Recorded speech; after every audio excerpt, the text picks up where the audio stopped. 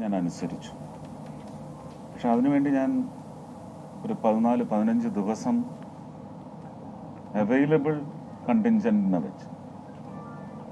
അന്ന് ഭാരതീയ ജനതാ പാർട്ടിയുടെ തൃശ്ശൂരിലെ പ്രവർത്തകർക്ക് പോലും ആത്മവിശ്വാസത്തിൻ്റെ ഒരു ബലം മാത്രമാണ്, ഒരു കരുത്ത് മാത്രമാണ് എൻ്റെ ഒരു സാന്നിധ്യം അവിടെ നേടിക്കൊടുക്കാൻ സാധിച്ചത്.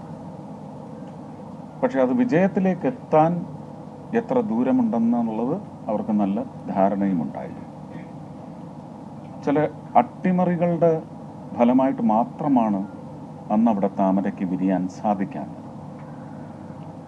ആ അട്ടിമറി നടത്തിയ പാർട്ടിക്കോ സംഘത്തിനോ ആണ് ഇന്ന് ഏറ്റവും വലിയ തിരിച്ചടി അവിടെ തൃശ്ശൂരിലെ ജനത നൽകിയത്.